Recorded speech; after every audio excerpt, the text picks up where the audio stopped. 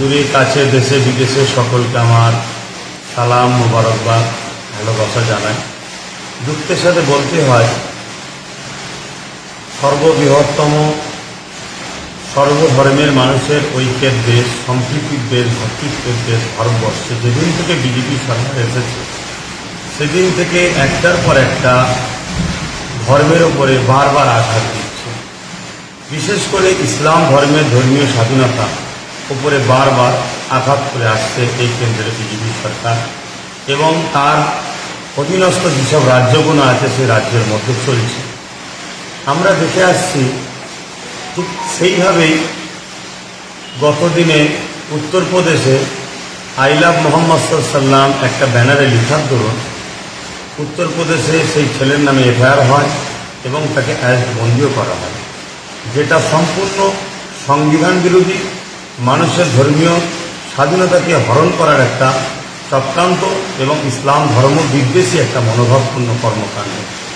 তাই আমাদেরও একটা ইমানি দায়িত্ব। হুজুর পাক সাল্লাল্লাহু আলাইহি সাল্লাম আমাদের জানের থেকেও বেশি কাছে, তিনি আমাদের জানের থেকে বেশি প্রিয় তিনি।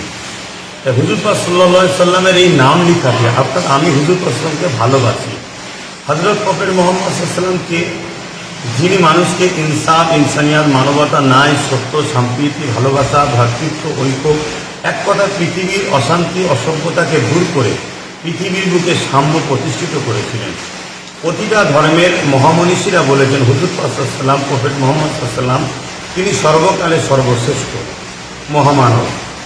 তাই তিনাকে ভালোবাসি কথা বলার জন্য যদি অ্যারেস্ট করা হয়, এর চেয়ে বড় সংবিধান বিরোধী আর কি হতে পারে? এর চেয়ে বড় ইনসাফ, ইনসানিয়াত বিরোধী, মানবতা বিরোধী আর কি হতে পারে?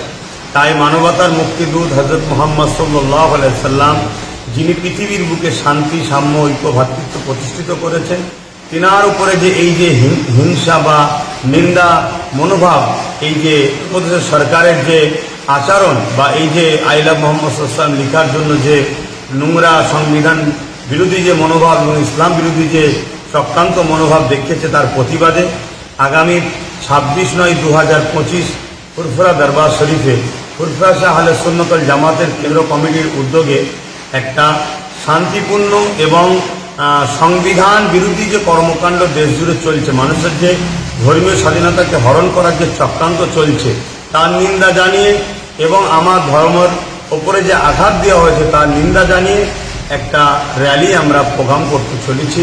তাই যারা প্রতি জুম্মা এসে থাকেন যেভাবে, তাদেরকে নিয়ে আমরা এই র্যালিতে ঐক্যবদ্ধ হয়ে হাঁটব। পাশাপাশি আমি মনে করি প্রত্যেকটা মসজিদ থেকে বাদ জুম্মা যে যার নিজের পাড়াতে, নিজের এলাকাতে একটা শান্তিপ্রিয় র্যালি, শান্তিপূর্ণভাবে একটা র্যালি আপনারা করবেন এবং সেই র্যালিতে হযরত প্রফেট মুহাম্মদ সাল্লাল্লাহু আলাইহি সাল্লাম মানবতা, ইনসাফ, ইনসানিয়াত, ন্যায়, সত্য, সাম্য যে প্রতিষ্ঠিত করেছেন, ধ্বংস পৃথিবী এবং মনুষ্যত্ব যে ধ্বংস হয়ে যাচ্ছিল তাদেরকে যে বাঁচিয়েছে, সেই মেসেজ সম্বন্ধে আপনারা জনগণকে ওয়াকিবহাল করবেন। অবশ্যই শিক্ষিত মহল, সর্বধর্মের মানুষ তারা হযরত প্রফেট মুহাম্মদ সাল্লাল্লাহু আলাইহি সাল্লামকে সম্মান করে এবং তেনারা জানেন হযরত মুহাম্মদ সাল্লাল্লাহু আলাইহি সাল্লাম সম্বন্ধে। কিন্তু কেন্দ্র সরকার সে ধর্মের সুশ্রীতে যেভাবে রাজনীতি করতে চলেছে বা করছে, এতে আমার দেশের মাথা নিচু হচ্ছে, মান সম্মান ছোট হচ্ছে, সংবিধানের উপরে আঘাত দেওয়া হচ্ছে। তাই সর্বধর্মের মানুষের উচিত এই কেন্দ্র ফ্যাসিস্ট সংবিধান বিরোধী যে সরকার, এই সরকারের বিরুদ্ধে গর্জে ওঠা দরকার।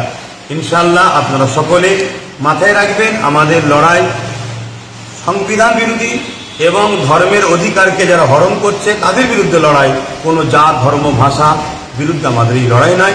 তাই আন্দোলন করুন, আন্দোলনটা মেসেজ যেন উল্টো না যায়, এটা প্রত্যেকটা আন্দোলনকারী কমিটি মাথায় রেখে চলবেন, এটা আমি আশা রাখছি। পরিশেষে আমি আরও একবার বলছি, আগামীকাল 26/9/2025 ফুরফুরা দরবার শরীফ পীর মহল থেকে এই র্যালি শুরু হবে। উজুলপুকুর পর্যন্ত আমরা যাব র্যালি করে এবং ফিরে এসে পীর মহলের সামনে দাঁড়িয়ে দুটো কথা মানুষের কাছে এই কেন্দ্রের ফ্যাসিস্ট সরকারের যে চক্রান্ত, ধর্মবিদ্বেষী এবং সংবিধান বিদ্বেষী যে চক্রান্ত, তার বিরুদ্ধে কিছু কথা আলোচনা হবে। সকলে সুস্থ থাকেন, ভালো থাকেন। ইসলাম জিন্দাবাদ, ভারতবর্ষ জিন্দাবাদ, ভারতবর্ষের সংবিধান জিন্দাবাদ। হযরত প্রফেট মুহাম্মদ সাল্লাল্লাহু আলাইহি ওয়াসাল্লাম শুধু আমার নয়, সকলের তিনি প্রফেট, সকলকে তিনি ভালোবেসেছেন, সকলের জন্য তিনি ঐক্য, সাম্য, শান্তি, ভ্রাতৃত্ব, একতা, ভালোবাসার কথা তিনি ছড়িয়েছেন। সুস্থ থাকেন, ভালো থাকেন। আসসালামু আলাইকুম ওয়া রাহমাতুল্লাহ।